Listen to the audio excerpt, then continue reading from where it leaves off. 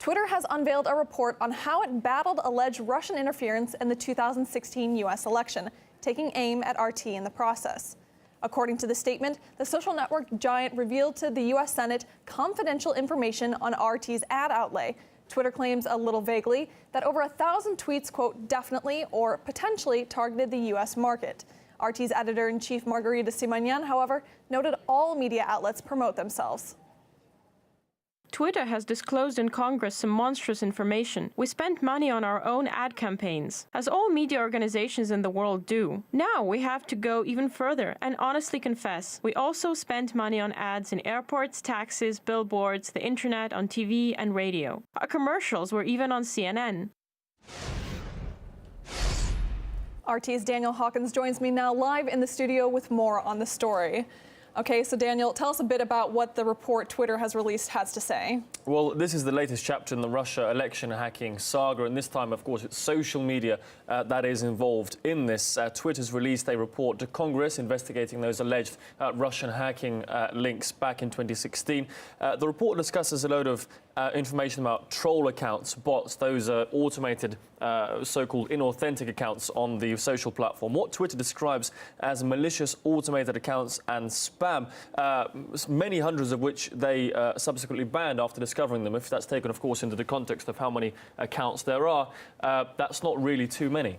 Yeah, and those bots, those accounts, those were officially linked to Russia? Well, you would think so, but Twitter also mentions it was unable to actually verify any solid or specific connection to Russia with these accounts. Take a listen to their own words. We have not found accounts associated with this activity to have obvious Russian origin, but some of the accounts appear to have been automated. What does our channel have to do with all of this, then? Well, RT gets a special mention amongst all these this analysis of trolls and bots and spam accounts. Twitter revealed the amount of spending RT has on adverts on social media, as our editor-in-chief said quite rightly, a quite normal practice right now for many channels to advertise on social media. Quite why, though, is baffling, really, because there's no specific allegation of any wrongdoing there against RT whatsoever. So why it's there also raises questions as well. Now, today we have Twitter, and it seems like social media just keeps getting dragged into this over and over. Yeah, it was just a few weeks ago that Facebook had a similar story. Facebook allegedly identified $100,000 worth of spending on as many as 3,000 adverts. That was between the period of June 2015 to May 2017. Now, those were also allegedly linked to Russian bots and Russian troll factories, so-called troll factories. The question has to be asked, though, in the grand scheme of things, $100,000 over the course of 2 years, $50,000 a year, is that real enough, do you think, to influence and change the outcome of an election? We'll leave it to the viewers to decide. Donald Trump certainly seems to think there isn't any substance in these allegations. Let's take a listen from him.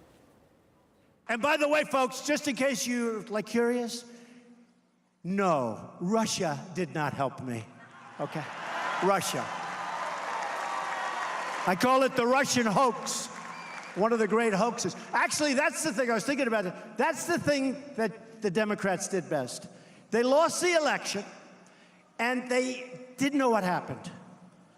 And they needed an excuse. So they said, Russia. Now, some media would have that the Kremlin's alleged influence goes even beyond the 2016 election, that the Kremlin is actually responsible for sowing discourse and problems within US society, LGBT rights, gun control. Most recently, in fact, the Black Lives Matter movement and the racial tensions and riots that have taken place as well. We can take a listen to that as well. But no, I don't think so. I won. Ads that was bought by this Russian troll farm on Facebook was a Black Lives Matter ad that was targeted specifically to the cities of Baltimore and Ferguson, Missouri. And this is based off my conversation with my sources, is that the goal here was really about creating chaos. They really make it seem like the Kremlin's reach has no end whatsoever.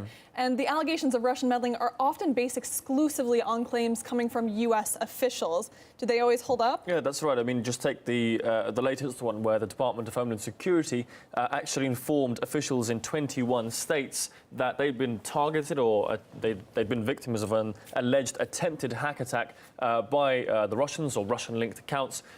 with regards to the 2016 election. Now, some of those states have actually come back and said, hang on a minute, this isn't the case at all. Texas, for example, one of them, the Secretary of State for there, Rolando Pablos, he said, I'm just quoting him directly here, that his office has determined conclusively that its agency website was not targeted, and furthermore, the DHS has relied on incorrect information. So they seem pretty certain that the information is wrong. Wisconsin is another state. They've actually said that they were a victim of an attempted hack attack of some sort, but it was actually the Department of Workforce Development, which oversees obviously employment and benefits, etc., that was targeted. Nothing to do with elections. California is another one of the most important states. They said the system targeted was the state's Department of Technology, but that department doesn't actually use IT services. So, again, questions have to be raised with these mounting allegations, just how many of them hold up. And as you quite rightly said earlier, when Russian hacking hits the media, it's a big headline. When the accusations are debunked, there's less of a fuss made about it. Thank you so much for staying across that rather complicated story at this point already. It just keeps piling on, it feels like, every day. RT's Daniel Hawkins, thank you so much.